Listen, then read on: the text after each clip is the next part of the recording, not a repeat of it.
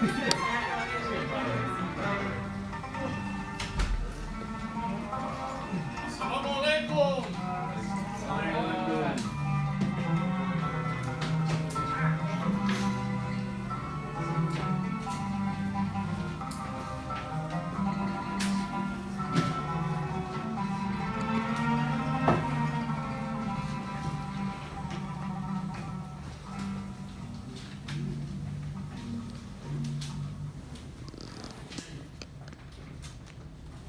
Just something to get you in the mood for Arabic when you come in, right? So you hear Arab music when you come in the door. Okay, so we're going to alter our normal procedure. Normally, we start out and I have you review orally things that we've done orally and orally, right? Phrases, words, this sort of thing. But because we have a quiz today, I'm going to start out with the new letters that we're going to do, all right? So you take notes on those, and then after I finish, today I'm going to introduce 6 because some of them are very similar, right? So like the raza type thing. And after that, I'll give you your quiz, and you'll have the rest of the time to work on your quiz and then turn it in. Normally, procedure here on out is I'll give you the quiz first, and you'll have 15 minutes to do it roughly, because that's what students normally, they're usually finished within 15 minutes. But this time I'm going to do it a little bit different. Before that, we have some administrative things to take care of. And I want to introduce all of you to Shamsa. Shamsa, you can stand up. Okay. Shamsa is one of our 2 Arabic tutors for Arabic 101. And I'm going to turn it over to her so that she can talk to you about what she's doing. Okay, with that. Okay, go ahead, Shamsa. Okay, I am Shamsa. The other Arabic tutor is Audrey, showing me tutors 101 in your class, so that's good. This paper says our schedule, and I'll leave it here. Yeah, I'm the only tutor on Mondays. But if you need any help with the new letters or somebody to speak with, I'm here. Okay, so you know what Shamsa looks like now. If you ever forget, her picture is right here under Assalamu alaikum, written here in Arabic. And she tells you all about it, and the dates and times are up here. So let's pass those around then, all right? Okay? All right, thank you so much. Thank you. Shukran. Afwan. Iskawaran. Namadlo, and hey. Somali. لا تقف على الحرم الصومالي.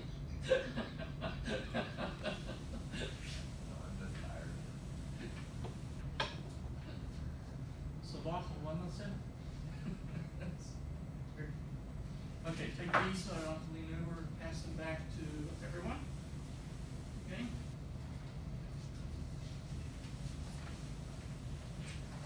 All right, one of the last times, I'll give you a little bit of time here to do that before I start talking.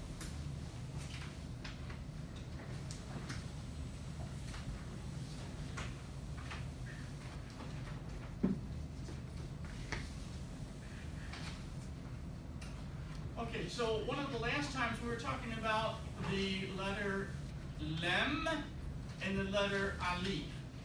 All right, so, and we were looking at alif followed by lem when we were writing a word on the board like aruz. But today I want to talk about something called a ligature. A ligature is a special way to write a combination of letters that doesn't look like the normal form of the letters, okay? So with la, lem, alif, if we were to follow the normal pattern, now this is a non-example. This, what I'm going to show you right now, does not exist, but I'm going to just show you what you would expect from what we've said so far. So if we said lem, all right, so there's lem, it's a connector to the left. And we say, okay, now we need alif. Alif is there, and things can connect to the right. You see the problem here? We have something that is very unaesthetically pleasing to an Arab eye whenever they started writing, right? And to us it looks like what? A big U in the middle of this beautiful Arabic script, you know, and then you go, U? No. So what happens here, we create a special form, a ligature for lem alif. It looks like this, handwritten. All right, so we go this way and like this, okay? And that's how we write la, like no, la, or la to negate a verb. La atakalam alora samalia. Okay? So we know that's spoken, right? Like, Ya John, hal tatakalam alora al-Yabaniya?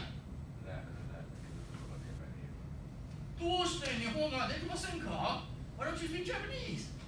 Hey, Eric, hal tatakalam al-Lora al-Yabaniya?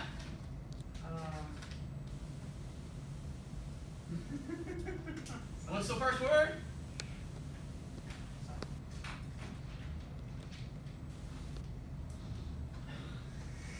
I'm sorry.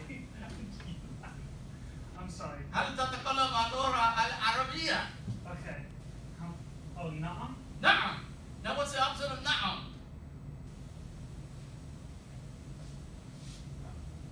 لم, أليف, لا. لا?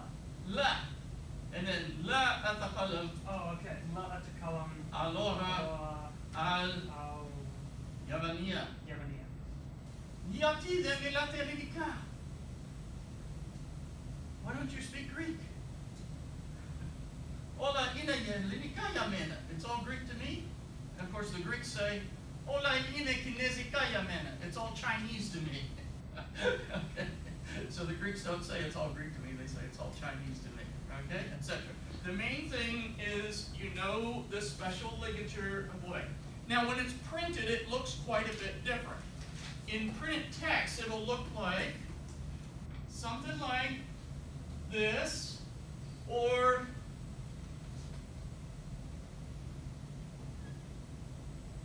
something like that, okay? This is print form, like in books and magazines.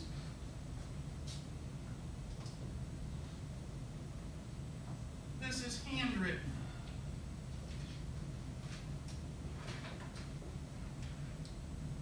Although, I must say, occasionally you'll get some native Arabs that will do something like this if they're trying to make a point or something like that. No, it's not that, or something, like italics or something. They'll look like they'll write something approximating this, and you're like, what? At least us as non-native, non-heritage speakers, we like to say, what in the world? What was that? Right? And it comes from that printed form. So you have to be able to write this form and be able to, at least for our purposes in Arabic 101, recognize this form and this form when you see it in print. Okay? Is that about as clear as mud, or are we all right? Yes? So, when English, when it's handwritten in that form, it's only written in that specific way, but in print it can be either of the other two? Yeah, you might see one or the other depending on whatever font or typesetting or computer setting whoever's doing it has. Right? It might vary from one Arab newspaper to another Arab newspaper, and sometimes depending on the word and stuff, you may see both on the same page. Okay, as far as the printed forms. Just like us when we have a newspaper, right? New York Times, it's in this old Gothic German-like type. Right? And then you go down, you see this. Or like when I first learned to read, everyone was telling me, oh, we have these big things at the top of the classroom. Oh, this is G. Oh, this is G. And I thought, good, I know G, right? Wonderful, right? G for goat, G for a lot of things, right? And then I get to a book and I see some crazy thing that looks like this. I have no idea what it is. It looks like someone lost their glasses and it fell sideways. It's like, what? Where did this thing come from? Right? That's not on the thing at the top of the blackboard. Right? It's the same type thing.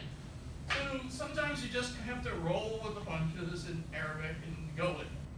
All right? Okay. Now,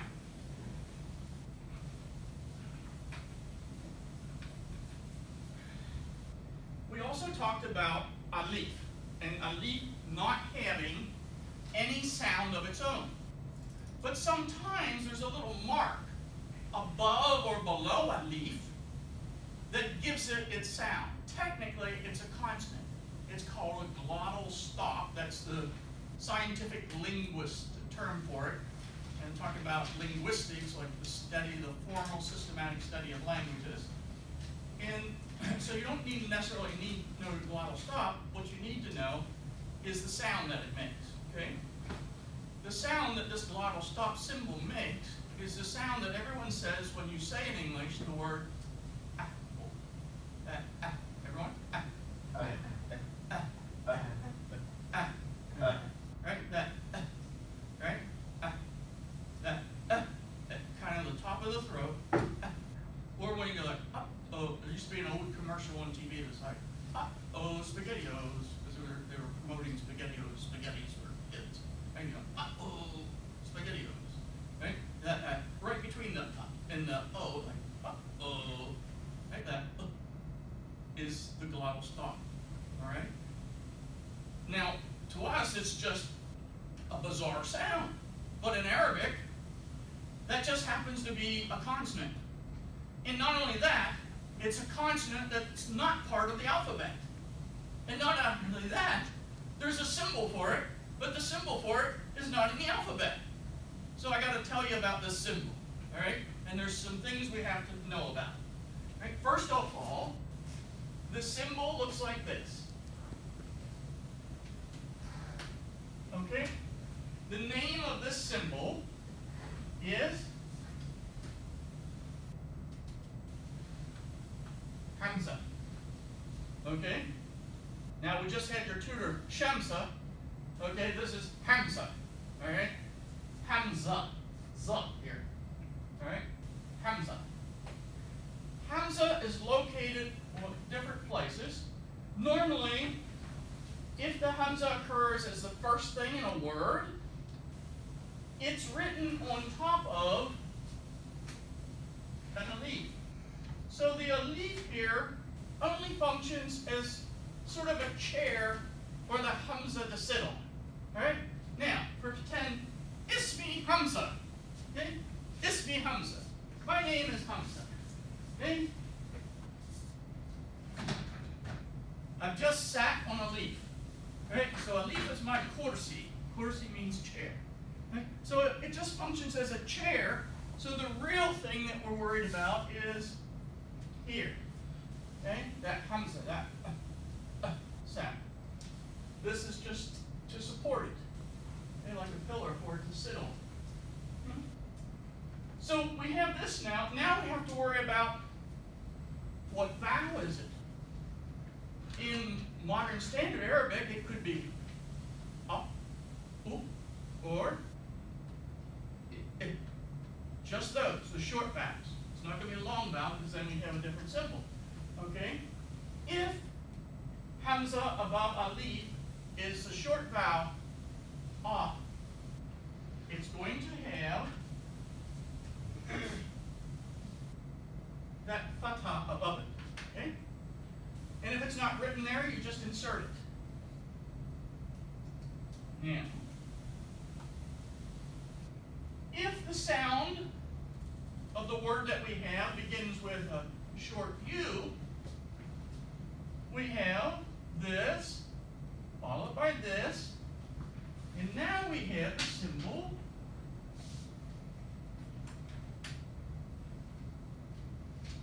notice it looks like a small wa, right? Our last letter that we had in our previous class. This symbol is called Dhamma. Everyone? Dhamma. Dhamma. And the Dhamma is a short U sound. like the U in put, like right? So we got yes. Are the letters we're gonna be going over today, they gonna be on the list? Yes, Okay. they will. Okay, because some of them are going to be ones that we have as well. Okay. All right. So, okay. All right. So, if you see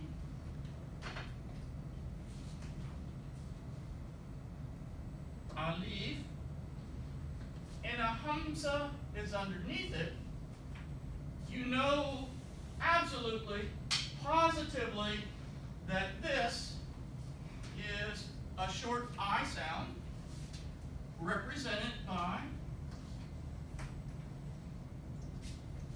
kesra. We talked about that kesra before when we looked at the word min, right? We contrasted mad and min written in Arabic script. All right? So our difficulty here lies in if we see just alif and the hamza at the top, and we don't see dhamma or the fatha written. Let's get rid of that. Our problem becomes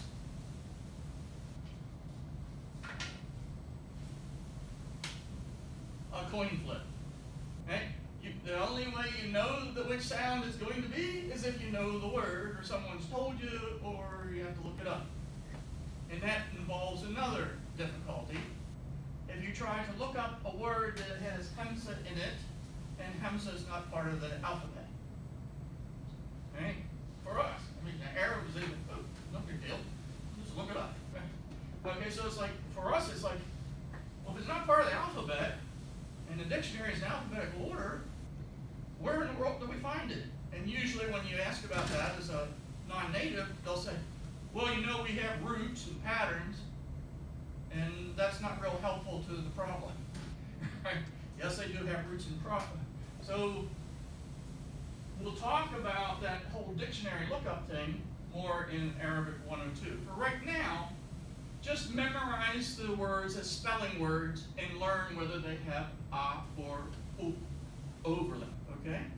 For example, we have anta and anti.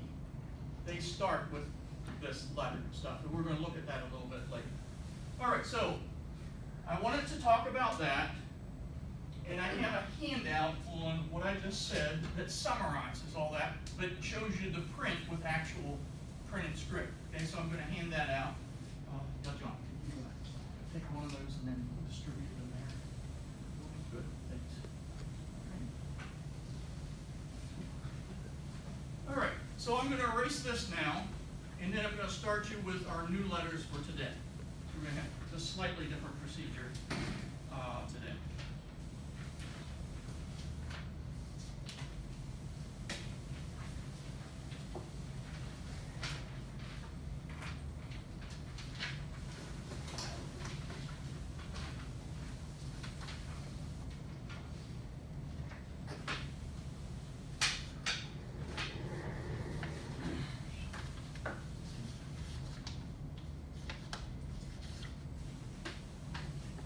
All right, so everyone has a handout, okay? If there's any extras, just put them up here after the end of the class or something, okay? All right, we don't have to do it right now. Okay, so pull out your notebooks, pens, pencils. We're going to start the next group of letters, and I want to try to cover 6 today, all right?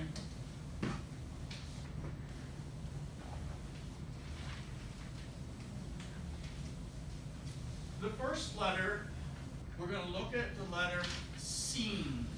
Everyone, Sin. Sin. All right, Sin is the name of the letter. Sin is the name of the letter. The sound it makes is S, like in the word sit or sat, right? S, S. So this is its independent form.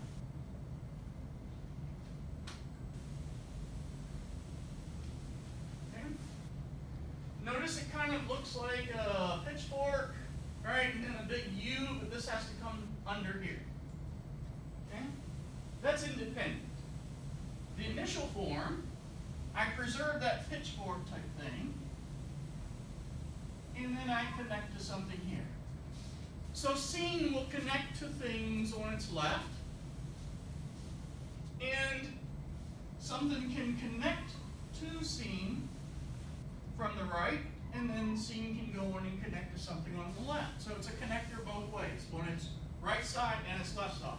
Keep in mind that we're writing right to left. That's critical that you keep that in mind. And then the final form of seen looks like this.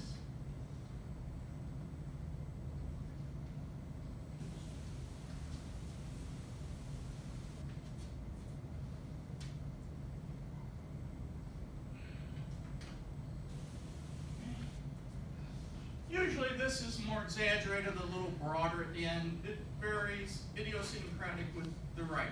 Okay? But basically this is the printed form. Now, if you've gone through, and that's why I asked you to do 4 today, Unit 1 and 2 of Alif Ba, they'll show you like the cursive forms of these, right? Which will sometimes look something like this. Okay. It's like, okay, where's the pitchfork? Oh, it disappeared, okay? So just as a contrast, that's what Alif Ba is going to show you. Just to make sure that everyone's on the right page, and you can all learn to read like printed things at first in Arabic 101. When I write something on the board, I'm going to be using basically like printed Arabic, okay? Not cursive, or cursive, quote unquote. So, let's look at something. And it's a word using this letter, and let's see if you guys can figure it out.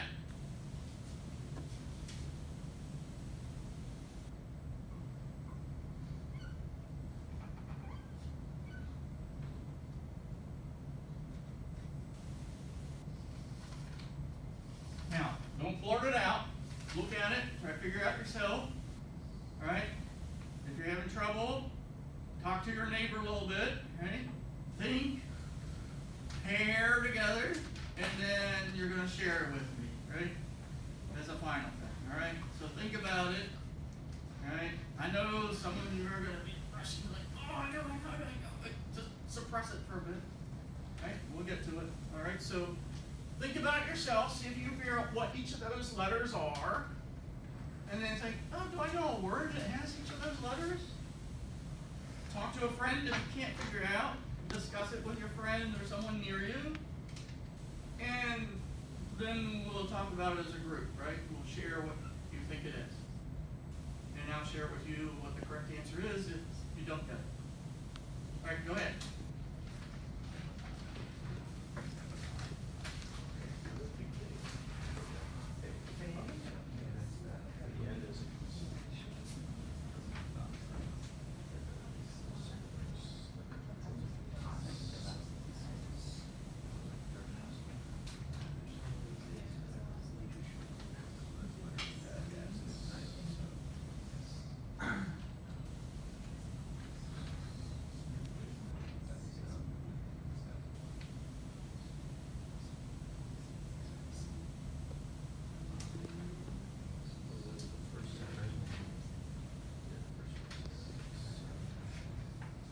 Have you had a chance? Alright, so, Leah, see me here. What do you think it is? Smee? Yes. May the force be with you. As if you've probably never heard that in your life. Yeah. Okay, so what do you think? Smee. Me. Me? Okay, so me is part of it. Correct. The last syllable. Alright? Oh, Eric. Yes. Is me? It's me. So what would that mean? My name is. My name is, right? That's one of the first things you learn to say in Arabic class, right? What lesson were you on today? Lesson 8. So to date you've had 7 hours of Arabic, and for 7 hours before, first thing in class I said, my is Mick, and you say immediately, it's me, and then your first names. No problem. Back to 15 minutes into day one, you were doing that. Half an hour into day one, you were exchanging names with each other and saying, nice to meet you. That was on our first day, right? Now, 7 hours later, we're learning to write what you already know how to speak. Now, it's not in strictly alphabetical order. It's in an order of letters for things you already know how to say. Just like when you go to school as a native speaker of English or any language, you usually can speak pretty well, and then you learn how to write the things you already know how to say. Okay? All right, so ismi. Everyone, ismi. What does ismi mean? My name is. Okay? All right. Our next letter then. Are there any questions before I move on to the next letter on seen? The letter seen or the sound for seen? Okay?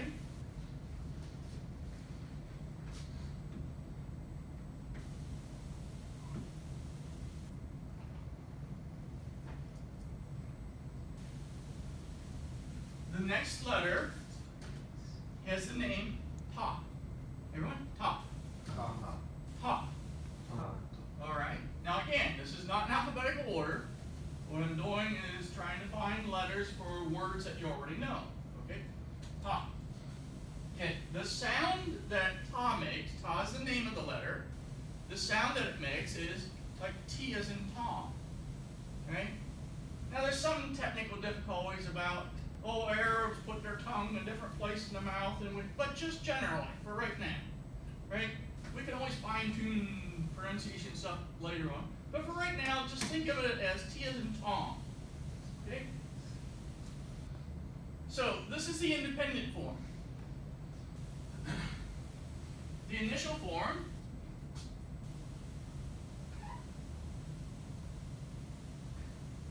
looks like this. Notice it connects, right, to what's on the left. So it's a connector to the left. Things can connect to it, and it can connect on the left, so it's a connector both ways. Notice how many dots are over top of it. 2. This is critical. Okay? And then at the end,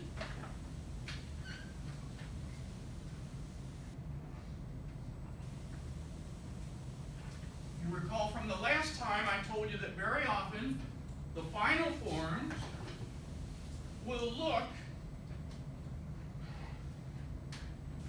somewhat like the independent form, right? There'd be a little line here, and then maybe this will have a little flourish on it or something at the end, okay? But basically, the final and the independent are normally fairly close. Not always, but a lot of times. So now we have the letter seen and the letter ta here. Any questions up to this point? Is the pace okay, or am I going too fast? Okay, silence gives consent, all right. So now I'm going to put a word at the end that you already know using letters that we've had up to now.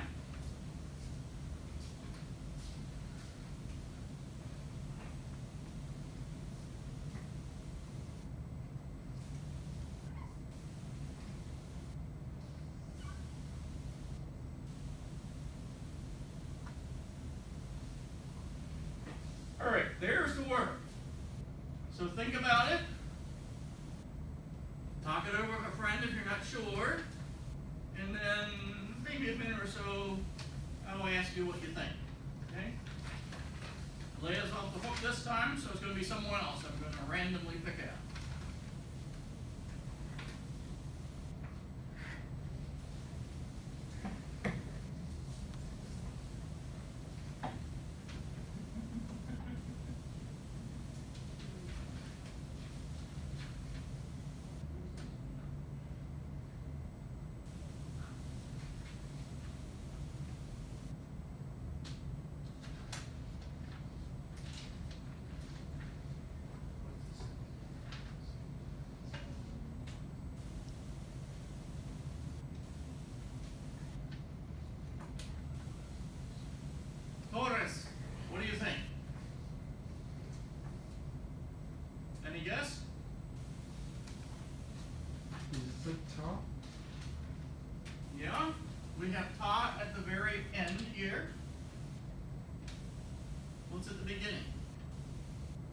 Is it like We have this, and we don't know whether it's fatha, whether it's u, or whether it's e. So if you have a small word like this and you're just beginning Arabic, try each one, right? And see what you think. What's this letter here in the middle? Can you recognize that? za? Noon, right? So the n sound, right? So let's try various combinations. Let's try with Dhamma, right? The small u. So if we had that, it would be unt, or something like that, right? Do you know any word unt in Arabic so far? Remember, I'm writing words that you already know. Did you learn a word unt in Arabic up to now? No. Good. All right. So then, let's say, okay, is the Hamza down here? No, it's not in the bottom, so we know it can't be int, right? It can't be int. So what's left? Fatha, the short A. So now we got anta.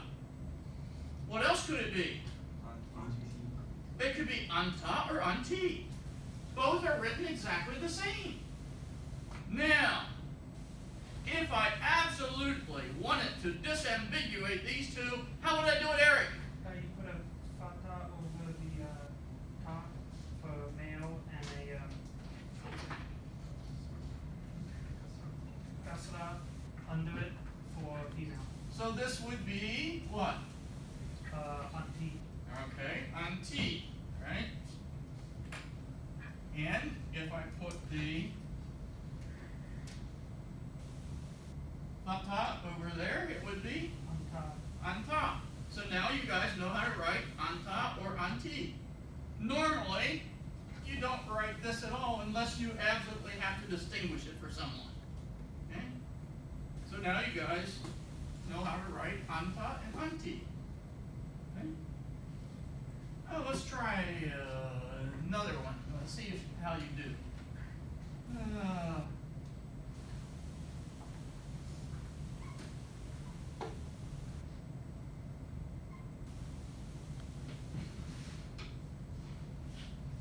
Okay, there's my word. So think about this new word. So we got one word here, anta or anti. Now we have this word. What is this word? So I'll give you a minute. Think about it yourself. Talk about it with a friend. And then we'll come back to it. And I'll have someone other than Leah or Eric or Torres help me out the next time. Okay?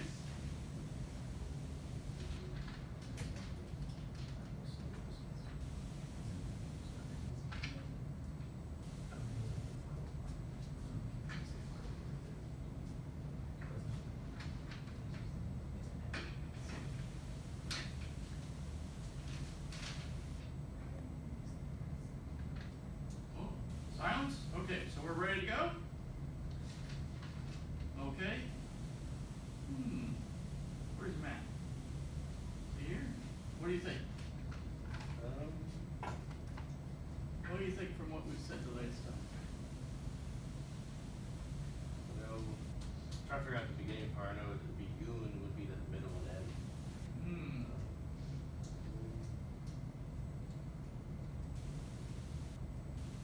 Andy, can you help him out? Not really. Okay. It looks like. Say it again. It looks like. What does it look like to you? Ina. Aina. That's exactly right.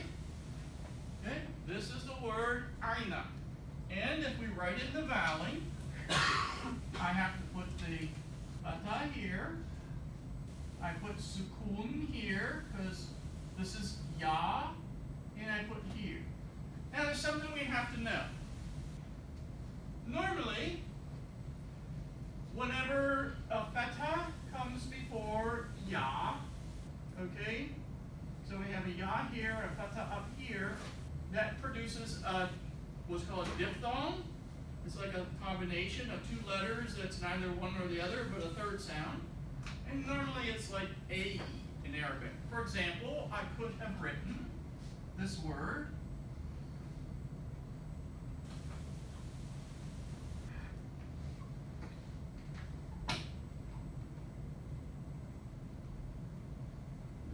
b, fatha, ya, sukun, ta. That would be bait, meaning home or house. Here it's pronounced bait. Here, because of the hamza, the influence of the hamza, it's usually pronounced aina. Some speakers do say aina, but usually aina, at least in modern standard pronunciation. Okay? All right. So, very good. So now we can say in Arabic, or we can write in Arabic.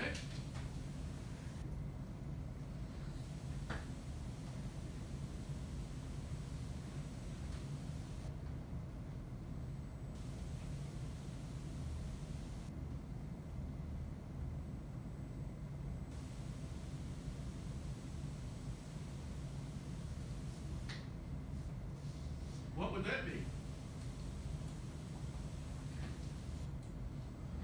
Joe, what do you think?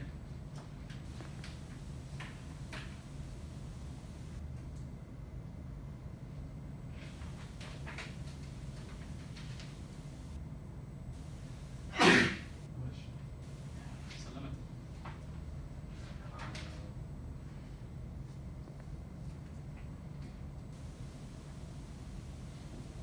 So here we have meme and noon. So that could be man or could be min.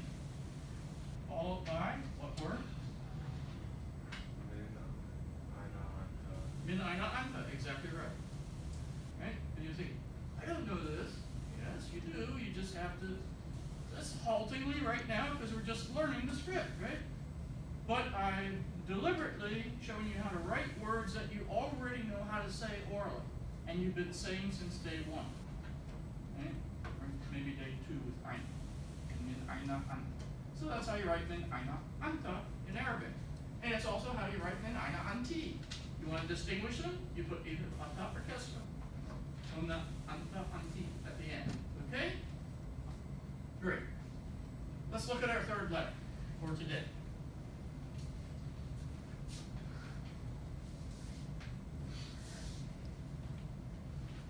Okay. You'll recall I told you that in Arabic, a lot of these letters are very much shape shifters. Now we're going to see an extreme case of it.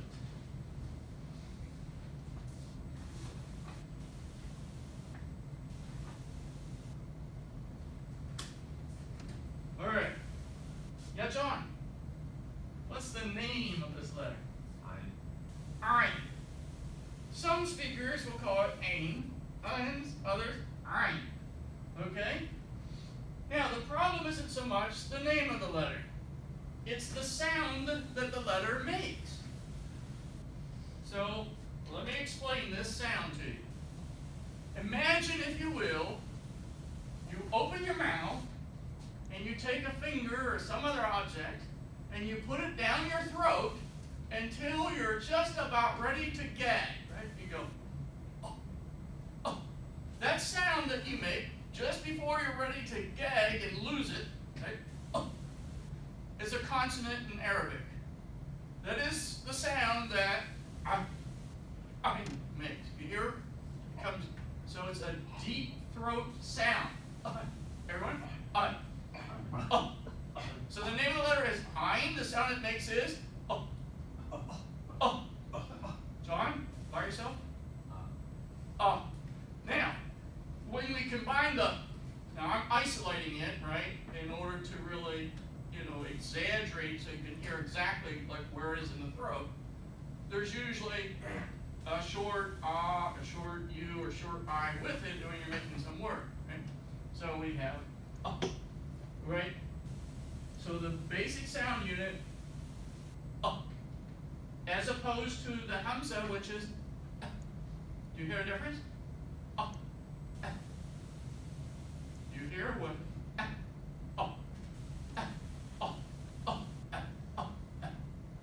Can everyone hear the difference?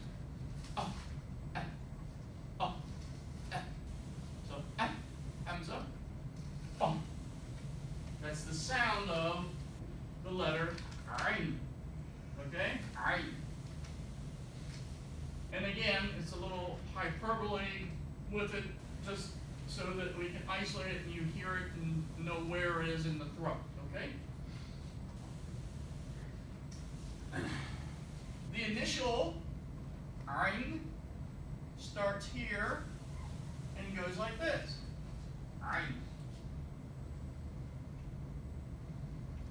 Notice it still has kind of the top there, but then this is dropped off, this has elongated, and this part maybe came out this way, and it connects to the next letter to its left.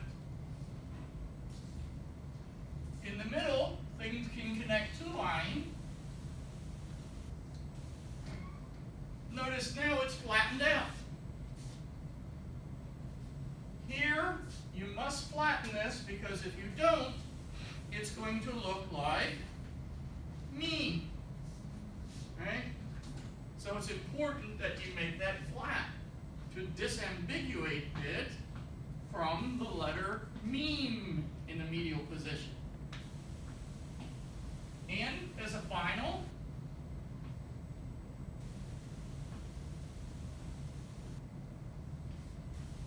okay, so we're here, we go up here, across here, and then down, so we make sort of a triangle, upside down triangle, and then we come up like this. Oh, we're in Arabic class, let's say upside down pyramid. Okay? Alright. Now, this sometimes has variations, just like when we write English or other languages, when you do handwriting, sometimes there's variations. But this will get you by for 101 for right now, right? Okay, so that is the letter ein. Okay, and believe it or not, we have a word that has this ein in it. May I erase these examples, or do you still need these up? Okay, let me see. Vote. Everyone put your hand up if I can erase it. Everyone except, oh, okay, so we have a consensus. All right, great, all right. So I'm going to erase these examples now, just to give myself some more board space. Gesundheit. Oh, we're in Pennsylvania. Gesundheit.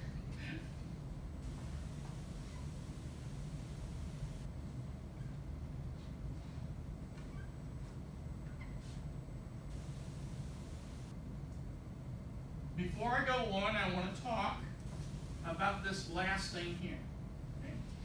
You see this symbol here? It goes like this, up like this, over like this, This is another symbol that is not in the alphabet. It's not in the Arabic alphabet. Nonetheless, you can't write Arabic without it. It's only ever at the end of a word, and when it's connected to something, it looks like this. When the previous letter does not connect, it looks like this. Okay? The name of this is Ta Mar Bulta. That means, Marbulta means tie. Like you tie your shoes are tied. And Ta is the letter we just learned, Ta. So they're thinking like this. We have a gigantic Ta, and I put one hand here, another hand here, and I went like this and crossed them to tie them. So I end up with this, and then I put two dots above it. That's kind of the handwritten form of this. That's why it's called Ta Marbuta, because it looks like I took Ta with my two hands, tied it up, had loose threads or ribbons at the top, and stuck two eyeballs or dangles or something there, bells or something for Christmas, or something like that. That's why it's called Ta Marbuta. That's just the name of this symbol. As a practical matter, it's a silent T. Sometimes that silent T is pronounced, as in Madinat, your, right? When we say I am from the city of, right, Ana min Madinat. Other than that, it's their sign. So, that said, what in the world is this word? So take a look at it. I'll give you another minute, and then we'll try to figure out what is this word here.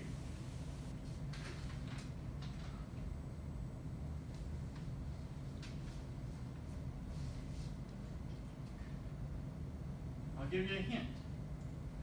It usually has the word allora right before it.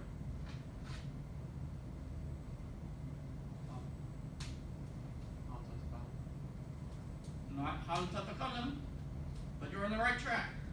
You're on the right track, you took the wrong train. Al Arabiya, there we go, good. We're going to say the same thing? Okay, we got it twice, do it here a third. Anyone have a third? Third, we got Al Arabiya, we got it twice, we got it twice. Sold to Al Arabiya, okay? Al Arabiya, right? So here we have, in this word, alif, lam, ain, ra, ba, ya, and this new thing, ta marbuta, is like, what? Where did that come from? You just got to know it as a special symbol for right now. Later we'll say, oh, ends in that. Most of the time, but not always, it's grammatically feminine singular. Except where it's not. All the exceptions. All right, so let's look at our next letter.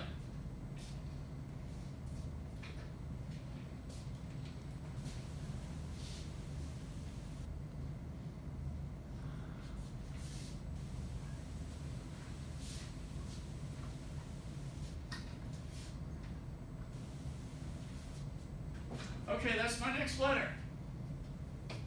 That's all the shapes for it. What do you notice about it? It's exactly the same as the last one.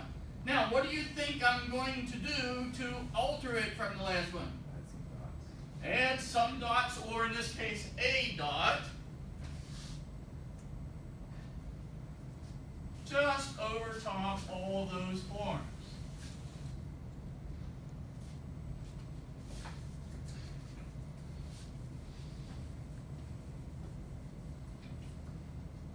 And since we had Al Arabiya, we might as well have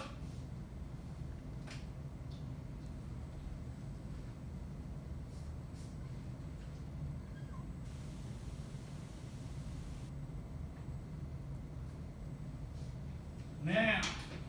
This was Ain. Yeah, John. What's the name of this letter?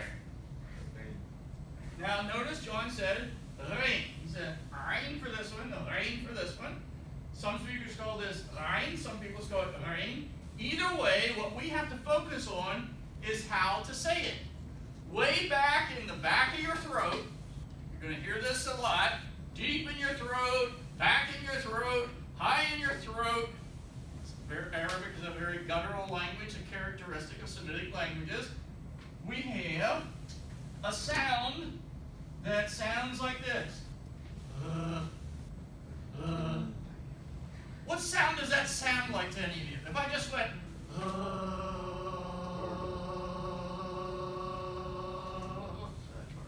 what? What would it sound like? Gargling. Gargling. So that's kind of a gargling sound. And some people think, oh, that sounds like Chewbacca. Right? It sounds like a Chewbacca sound, right? From, was it Star Wars? Not Star Trek, but Star Wars, right? Okay? So if it sounds like Chewbacca, or it sounds like you're gargling, that is the sound that we want for the letter Rein, or Rein, right? So let's hear it. Everyone? Now, have any of you ever studied French? Any of you? One. Okay. That's also known as the French R. That's how you say R in Paris. Not all over France, but just in Paris. Parisian French. You studied French? No, what's its name again? Hmm? What's its name again? Rein. Okay. I know you say, how in the world do we spell that? Well, we have no way to spell it in English. So most of the time in English we end up spelling it GH. if you saw GH, would you pronounce that? No. For example,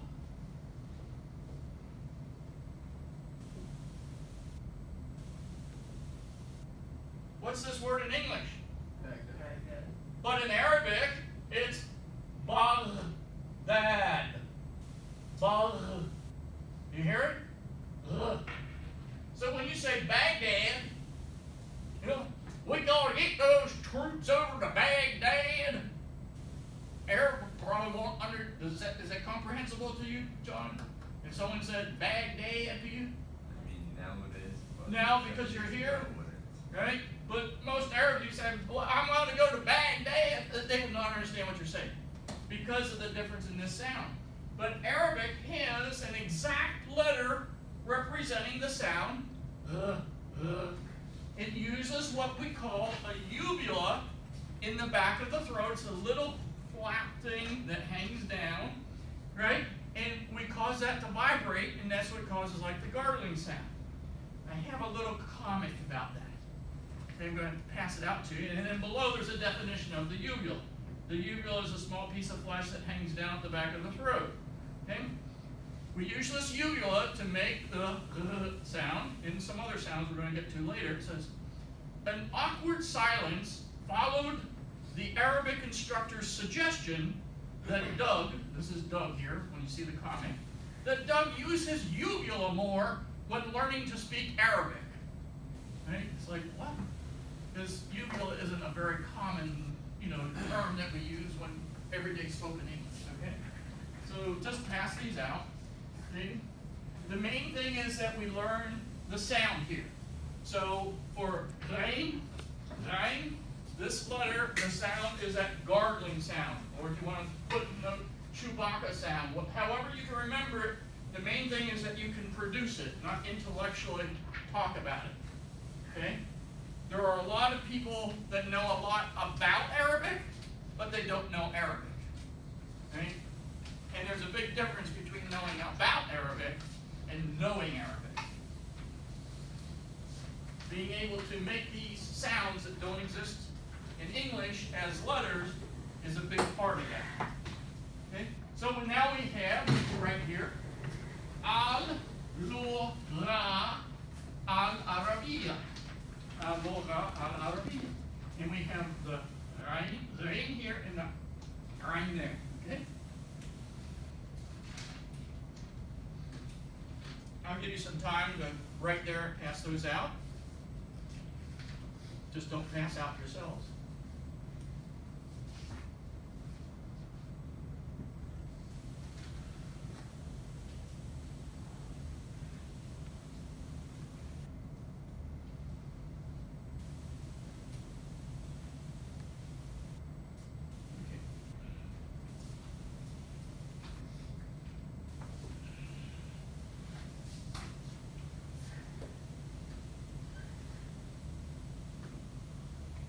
Okay, the next letter was something you had in Alif Ba, but I'll just review it for you. Okay, so this is Ba, right? The name of the letter. Okay, it makes the B sound like in boy. The initial is here. The medial. In the final. Here. And I'll just put the word bait there, okay? Home or house, bait. So we have the ba and the ta there, bait.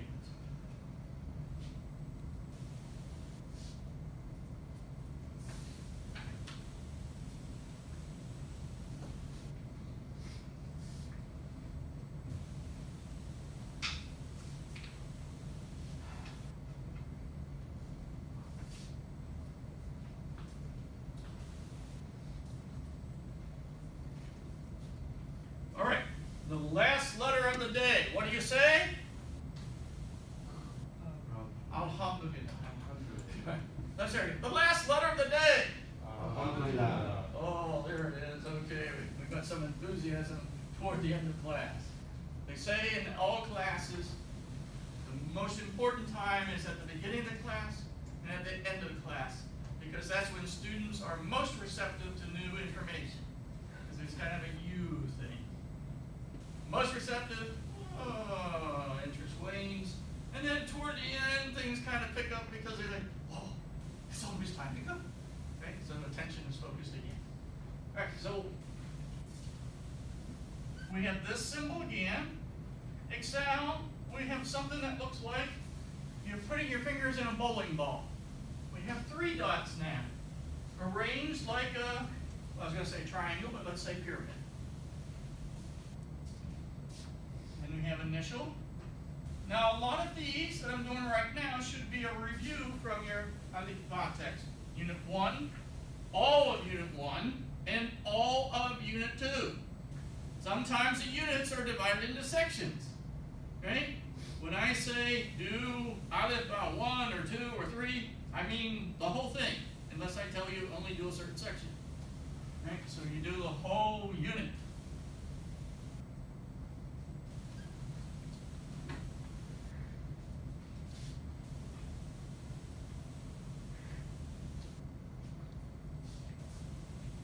Okay.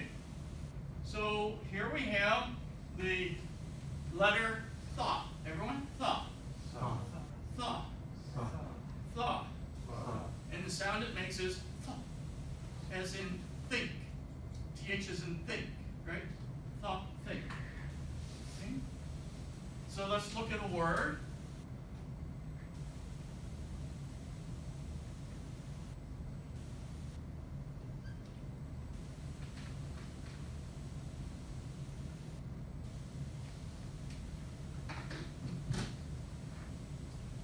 Tha, la, tha. Tha, la, tha. Ta marbuta is silent. It's a silent T. And anytime ta marbuta is on the end of a word, one thing that we know definitely is the vowel on the previous consonant is a fatha. Always. That's one of the few times you can say always in Arabic. Everything else is istithna, exception. So here we go. Thalatha. Everyone? Thalatha. Thalatha. In about 2 or 3 weeks, you're going to be able to write out all the numerals that you now know how to say. Well, let me hear you say them. From 0 to 10. Sefer, Wadi, Ismail, Salata,